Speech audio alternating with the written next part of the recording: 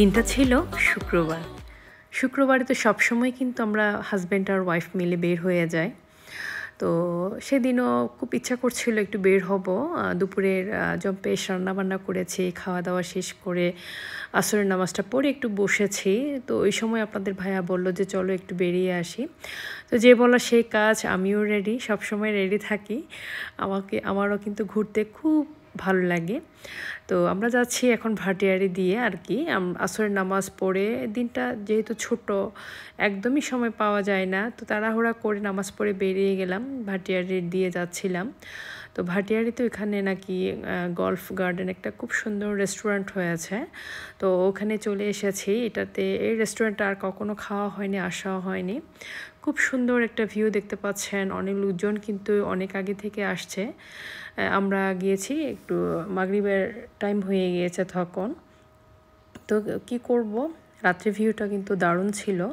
তো এসে একদম মন প্রাণ ভরে গেল আর কি। এইখানে আসলে যারা প্রকৃতিপ্রেমী, যারা প্রকৃতিকে খুব ভালোবাসেন, খুব কাছ থেকে প্রকৃতি দেখতে চান, তারা চাইলে আমার আপু ভাইরা যারা আসতে চান, তারা চাইলে এই জায়গাটাতে আসতে পারেন।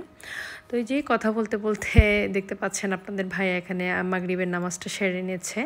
তো খুব সুন্দর একটা নামাজের জায়গা রয়েছে, আর বাচ্চাদের জন্য প্লে জোন রয়েছে।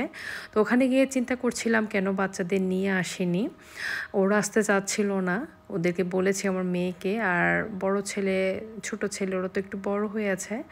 তো যখন তখন কিন্তু ওদেরকে বাসায় রেখে চলে আসি দুজনে মিলে। আসলে এই টাইমটা যতই দিন যাচ্ছে আর কি, এইগুলার করার আসলে টেন্ডেন্সিও থাকবে না, এনার্জিও থাকবে না।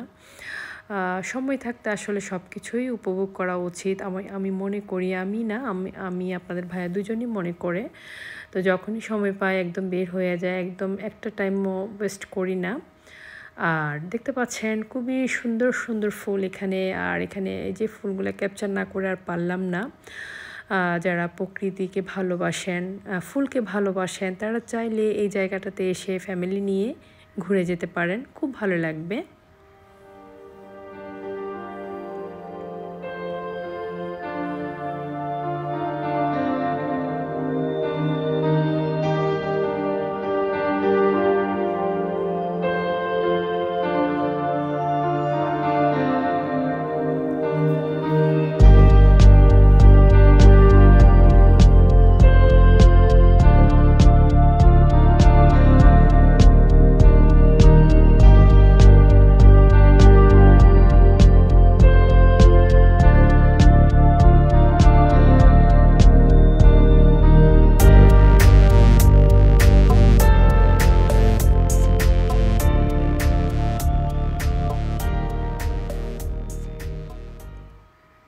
এই তো আমরা অনেকক্ষণ কিন্তু সময় কাটিয়েছি। এখন আপনাদের সাথে শেয়ার করছি মাত্র 7 মিনিটের একটা ভিডিও। যেখানে আমরা দুজন অনেকক্ষণ ছিলাম, অনেকক্ষণ সময় কাটিয়েছি, খুব ভালো লেগেছে।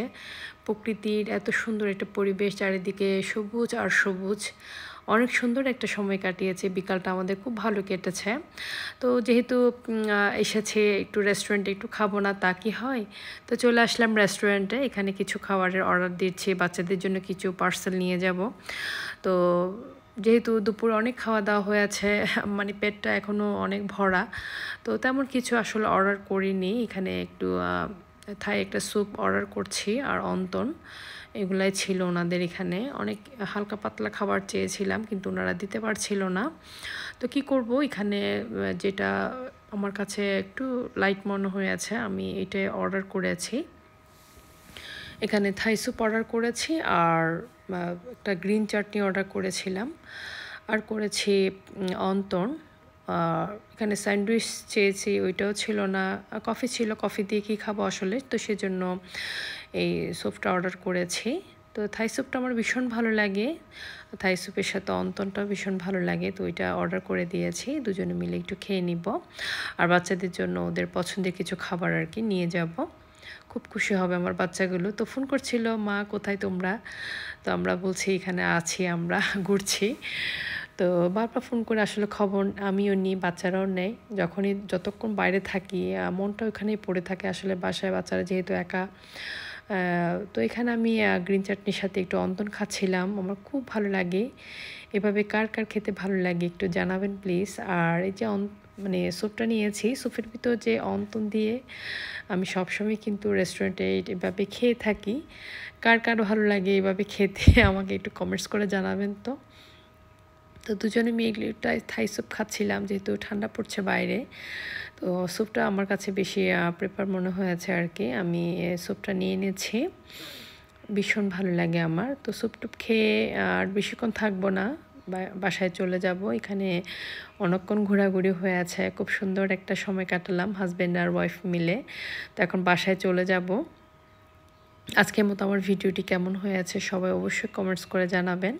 সবাই অনেক ভালো থাকবেন, সুস্থ থাকবেন, আমার জন্য দোয়া করবেন, আমিও দোয়া করছি। আজকের মতো এখানেই শেষ করছি। আল্লাহ হাফেজ, আসসালামু আলাইকুম।